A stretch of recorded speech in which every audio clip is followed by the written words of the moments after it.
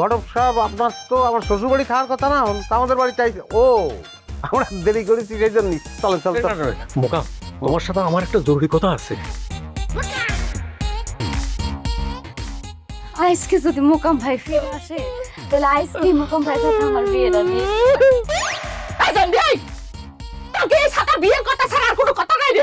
আমার কিন্তু সব লুকোচুরি ভালো ঠেকতেছে না আব্বা। তুই এইবারের মতো ভেজালটা নিটাই দে। এই চাচা শোনেন, মূলো হোক গাজর হোক আর শালগম হোক, কোনো সবজিতেই আর কাজ হবে না।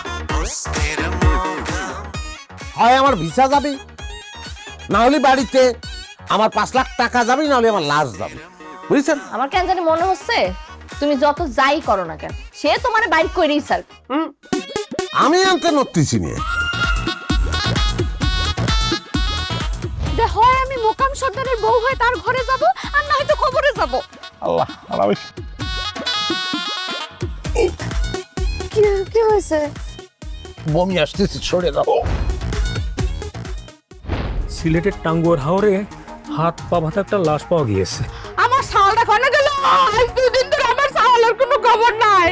তাহলে তো কান্দাকাটি তো কোনো রহস্য খুঁজে পাইতেছি না। আপনার রহস্য খুঁজতে হবে না, আপনি আমার মোকামটা খুঁজে আনি দেন। তুই আমার সাথে ছেলের বাড়ি যাবি, যায় কবি তুই যা কইছিস সব মিথ্যা কথা বলছিস।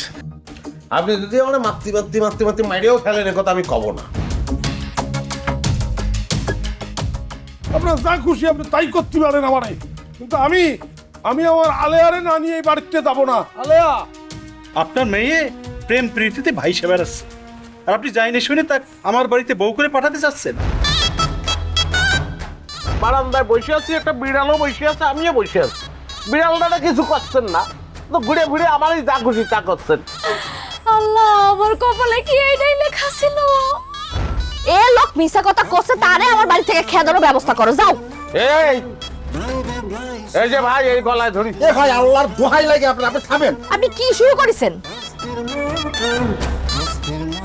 এ ফালতু, আপনার সাথে আমার প্রেম ছিল কবে?